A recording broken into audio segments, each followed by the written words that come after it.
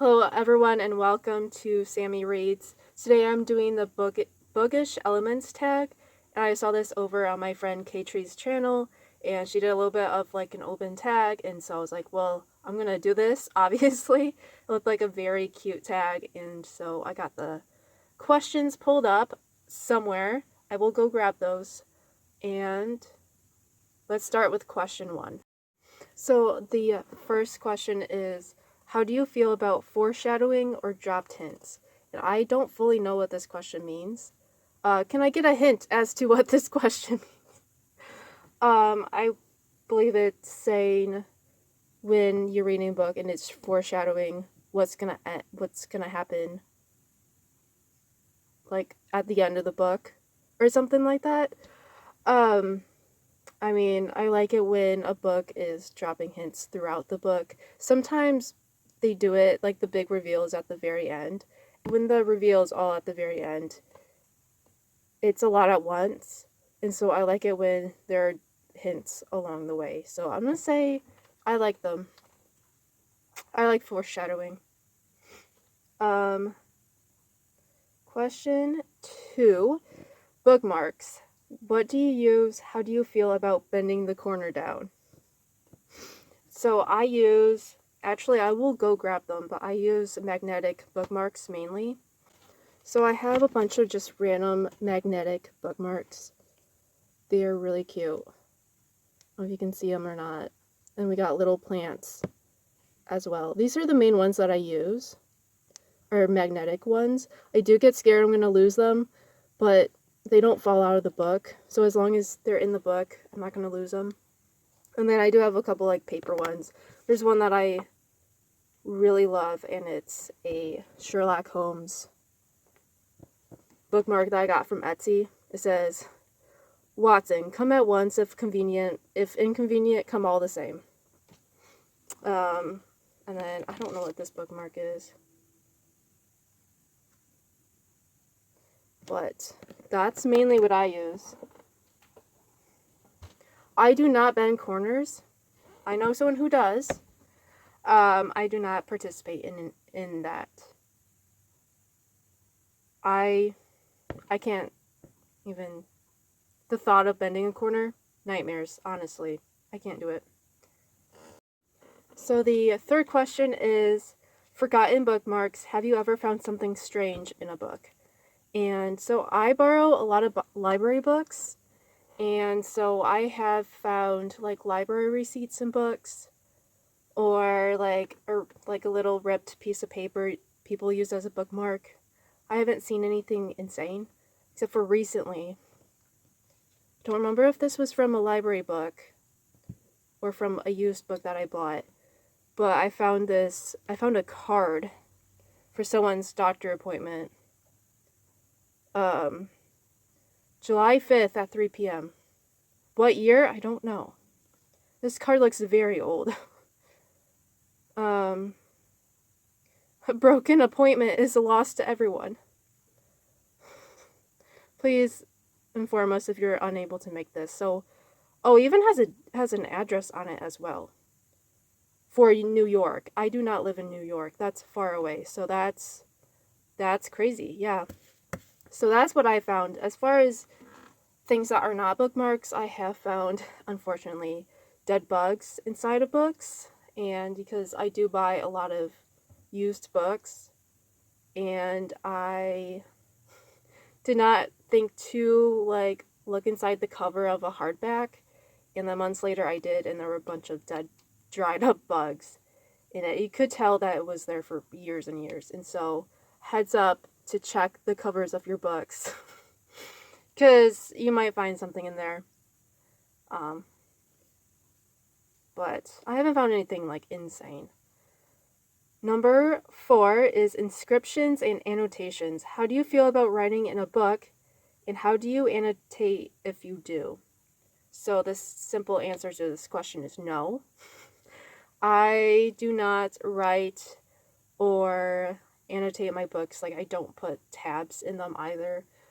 I don't think I ever have either. I really like keeping my books clean, and I don't write in them. I don't The only thing I put in them is a bookmark, but I do buy used books, so some of them do come with writing in them, but it's just like the person's name, and like that I can deal with. But besides that, I don't write in books. I don't put tabs in them. I also don't write notes either, even nonfiction. I'm not going to have a notebook and write notes about the book. Introductions and footnotes. Do you read them or avoid? What makes a good introduction? So, I don't really read books that have footnotes in them. And if the books that do have footnotes in them are like college books, textbooks usually, and no, I don't really read the footnotes. I read like a true college student, which means I skim. I do some purposefully skimming of books. Introductions, I'm thinking more like the preface of a book, and I do really poorly with that. There's a lot of books that will have a preface in it, and I typically just skip and go to chapter 1, and that's something that I'm trying to get better with. At least recently I've been trying to actually read the preface of a book, because I found when I do that, I'm like, oh, I actually understand this book better. Who would have known? So I don't know. I don't really read footnotes. I'm trying to get better at reading like introductions though. 6 is accessories. Do you use bookish accessories like a clip-on reading light, book sleeve, annotation materials, bookstand, etc.? Not really. I do have a book sleeve though. I have been wanting... Okay, spoiler alert, I couldn't get one, but I've been wanting one of Haley Pham's book sleeves because they look so cute, but they keep selling out like every time. And so I don't have one of those, but I will show it. I did get one from Amazon. So I got this one. It has roses on it. I'm in love with this. I bring this with me everywhere I go. It has a book in it. I'm reading a Jamie Jo Wright book right now. I highly recommend if you get a book sleeve to get a padded one. They protect the book a lot better, especially if you're like me who's just everywhere. Just goes everywhere. I shove this in my backpack. I shove this everywhere, and so definitely good to have a nice padded one. This was from Amazon. I don't really have other bookish accessories. I do have a shirt that says bookworm on it. I don't annotate my books, or I don't have a nightstand or like a bed light either. So, yeah. Alright, so question number 7 is art and illustrations. How do you cover art and illustrations How do cover art and illustrations affect your reading experience? Okay, so I actually commented on K-Tree's video and mentioned that, yes, I am also not great when it comes to do not judge a book by its cover. I'm always judging a book by its cover, and they say not to, but it's hard when books have characters on the cover, and so you see that character, and then when you read the story, that's how you imagine that character. Or if you're reading the story and you think about you're thinking about the cover, and if you don't like the cover, it makes it harder for me to like the book sometimes, and I do this. So that is something that I want to work on. I do like a good pretty cover though. So I don't know, authors keep that in mind, that we are visual people. And the last question is format. Which format of books do you prefer? Hardback, paperback, audio, digital? I have a very straightforward answer to this, and it's physical books all the way. I do not own a Kindle, and so I am not reading digital books. I used to have the Libby app on my phone. However, like a year ago, it started glitching really bad. And it was just like the TV antenna was getting really bad signal. That's what it looked like on my phone. Just really super glitchy. And so I stopped I ended up deleting that app and overall stopped really reading ebooks, though I didn't much to begin with. I do not do audiobooks because I like to be in control of my reading, and when I am listening to the story, I just can't concentrate, and I very much need to read the book myself in order to like really get the reading experience in.